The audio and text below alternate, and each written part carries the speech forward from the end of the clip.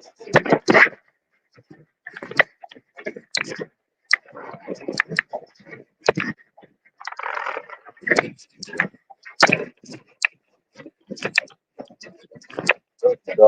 what is up, ladies and gentlemen, boys and girls? I am on a walk around without, and I just feel like doing it. Yeah.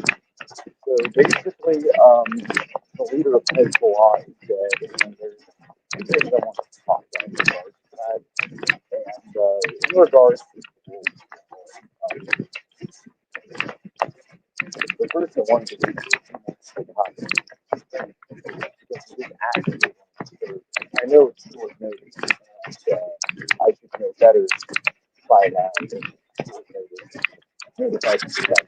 The only reason I'm doing this is because I found out like literally the other day that my other live stream got copyright struck. It got CMA, so it's off YouTube right now, and I have to do a 372-hour-long course about why you should copyright, why you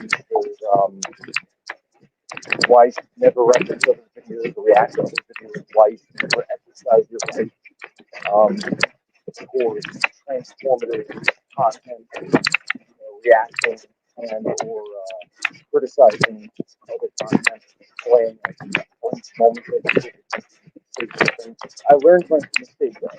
So from now on, I'm only looking at articles. For future reference, I'm going to use AI generated videos so that I don't bear the mistake of producing content that can be copyright struck down. And the point is, like, YouTube has gotten excessive mistakes with copyright. And so I decided to, like, at least for the live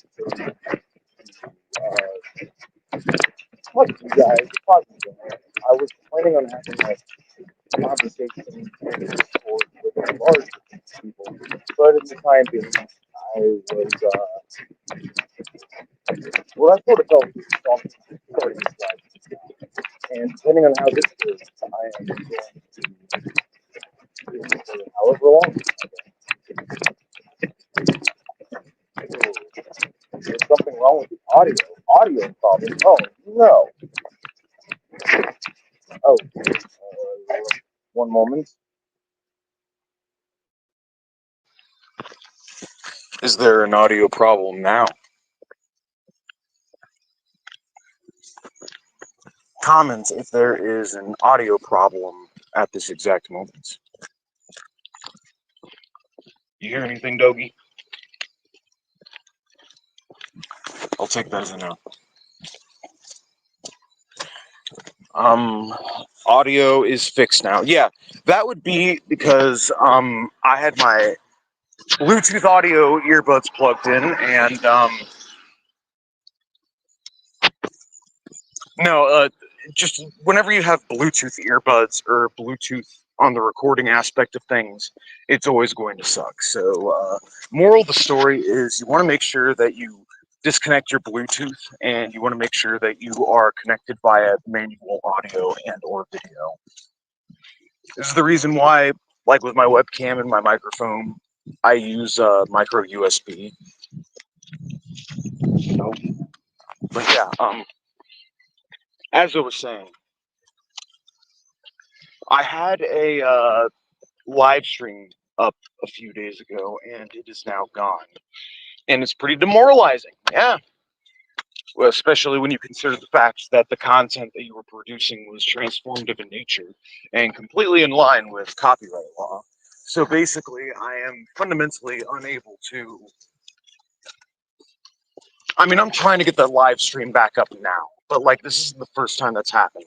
I've played audio or video from like a news station, and then suddenly my shit gets struck down, and that's why I'm considering looking into AI to have some of these videos artificially recreated via artificial intelligence, but like that's a long shot because you're going to be paying hundreds of dollars for such content, and I don't think I'm going to be able to afford that.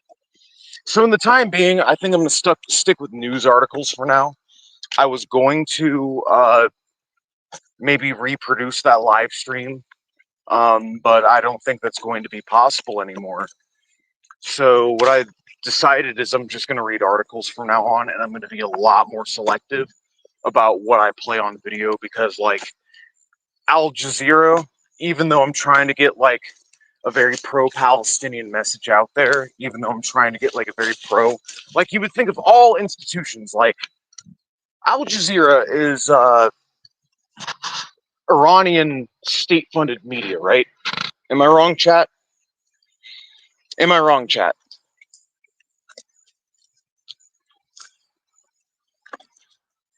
In all seriousness, Al Jazeera, I believe it is Iranian state-backed uh, media.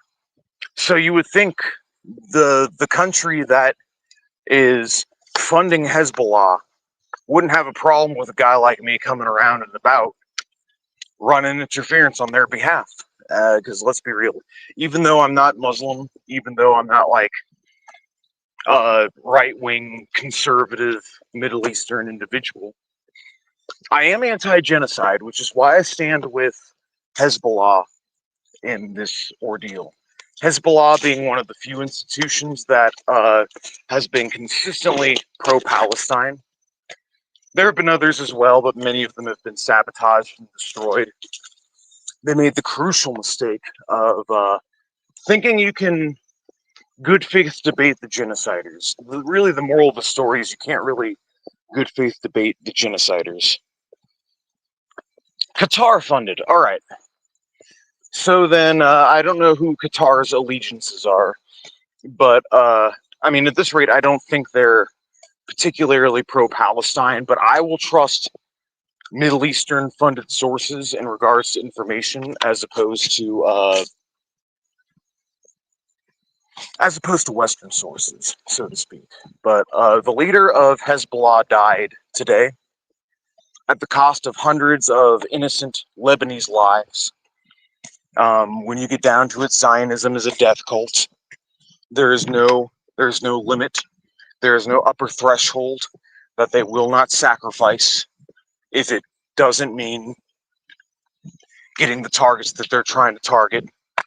And like people blame Hezbollah for this shit because they're hiding amongst quote unquote hiding amongst civilians. Like, dude,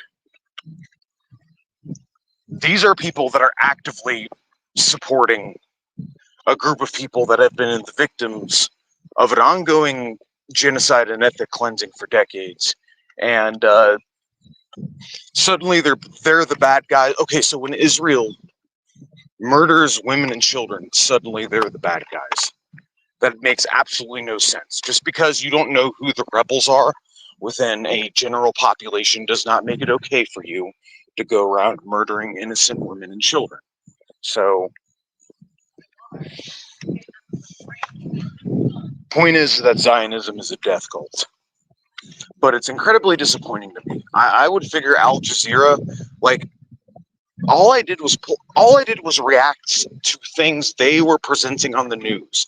It's not like I was trying to make money off of what they were producing. It's not like I was trying to I don't know. I mean, I wasn't like ripping off of it. All I was doing was reacting to the news for you guys, and it's incredibly frustrating that I can't even do that without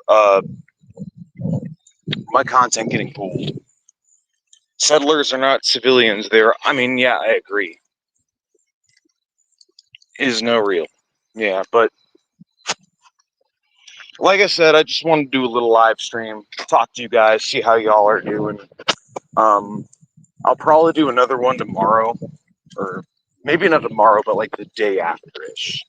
Yeah, I just wanted to see how everyone here was doing. But at the moment, I'm walking my dog, and I just wanted to comment on how much of an absolute tragedy it was that the leader of Hezbollah is now dead. Like, it's one of those instances where I don't care how much terrorism Hezbollah was involved in or not. You have a guy who devoted his entire life to fighting for the power of the powerless, fighting for the rights of the rightless, someone who was actively on the side of people who had nobody else representing them in a time in which the entire world was representing the oppressors and genociders. And this is where we are now. Yeah, no. The state is not real. Like, and this is why I say that no matter what you're involved in right now, involve yourself into something. Because I'm involving myself in the Green Party campaign. Because our oppressors have all the money and resources in the world, so we have a special obligation and responsibility to involve ourselves in institutions and organizations that, at the very least, inconvenience and scare our oppressors, which is why I'm involved in the Green Party and why I think all of you should be as well, assuming that you are American.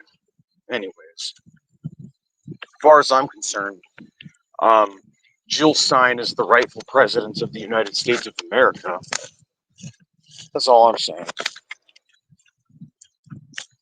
Hezbollah will recover. I mean, yeah, of course they'll recover.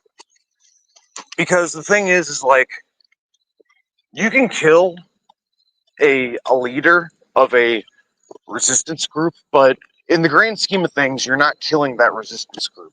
That resistance group now has a martyr.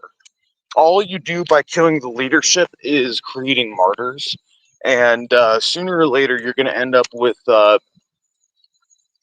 new leadership, new people that are invested in the overthrow of your oppressive regime. Excuse me. Oppressive regime. So that's what I'm saying. Is Israel more likely to collapse or expand into greater Israel? Well, I think it's going to try to expand into greater Israel. And I think like much like Nazi Germany, it's going to turn so many people against it and alienate itself against so much of the world that all it's really going to take is a well-organized and well-knit group to delegitimize it.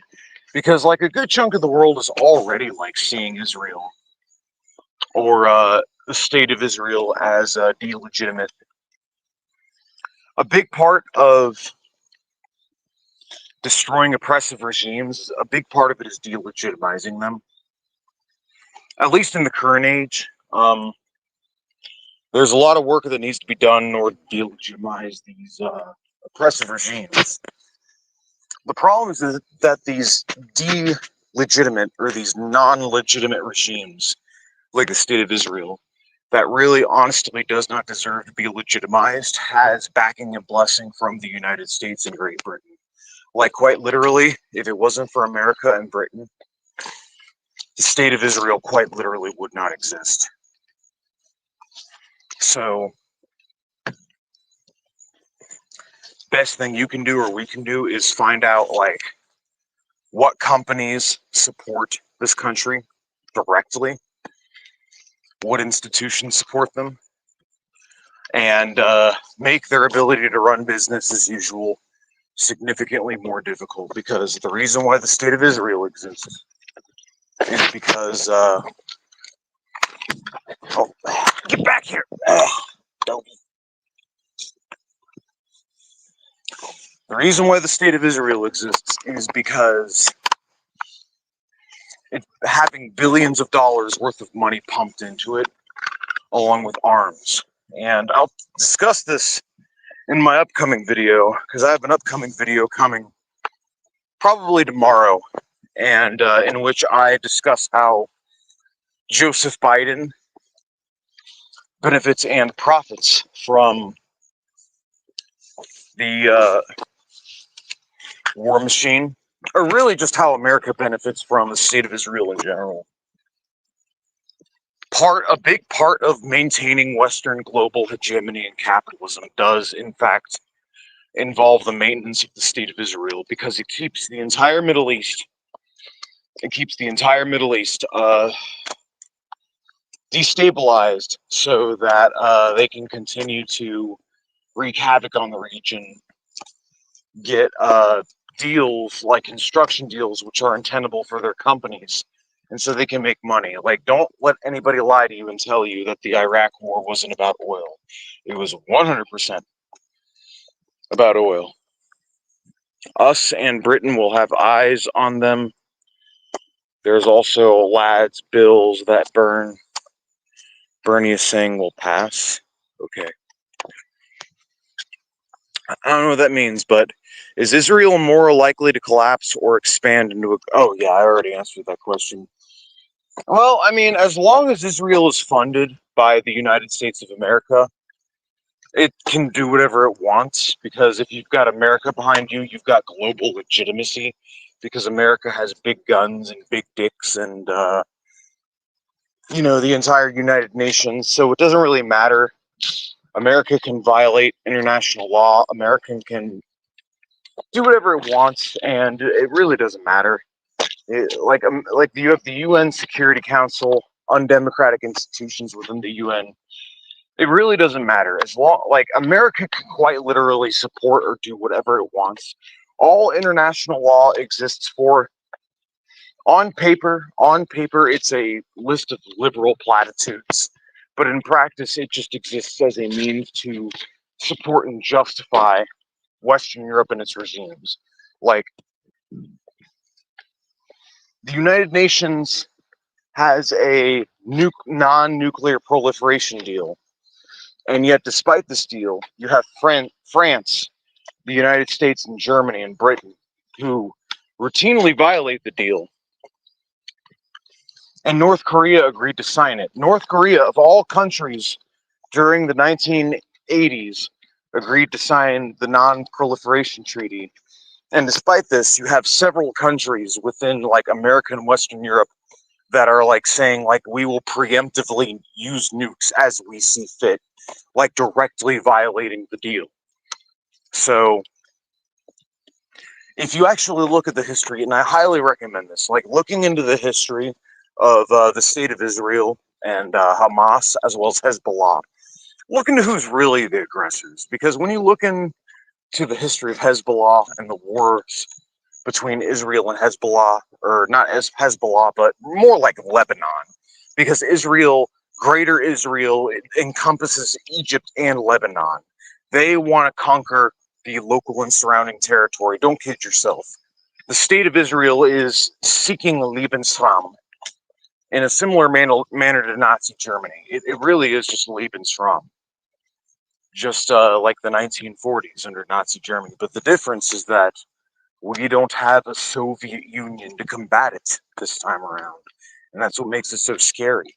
So we don't have a communist state to oppose these things. So what this means is that we're going to need to constitute a state of our own to oppose it ourselves. That's all. It's scary. It's concerning. But what I will say is that I'm going to get another live stream or video up within the next couple of days. I'm just walking my dog right now. If it were up to the U.S., everyone would have nukes. No, it wouldn't. North Korea wouldn't have nukes. Cuba wouldn't have nukes. Anybody that America does not like would not have nukes. If the United States had things its way, most of the planet's population would be dying right now. Oh, wait. Yes, they are. I mean, but that's how it is. The closest we have to that is China. Nah, I don't know.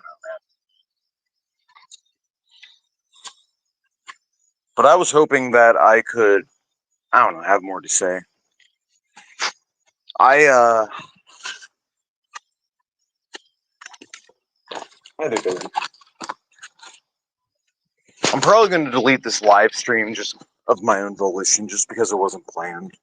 But no, it really is a shame that the leader of Hezbollah has been assassinated by the state of Israel. All I'm trying to do is, okay, there are 15 people here. By any means necessary, you have to inconvenience the genocide machine. That's the whole point of the true point of this live stream is to inconvenience the genocide machine.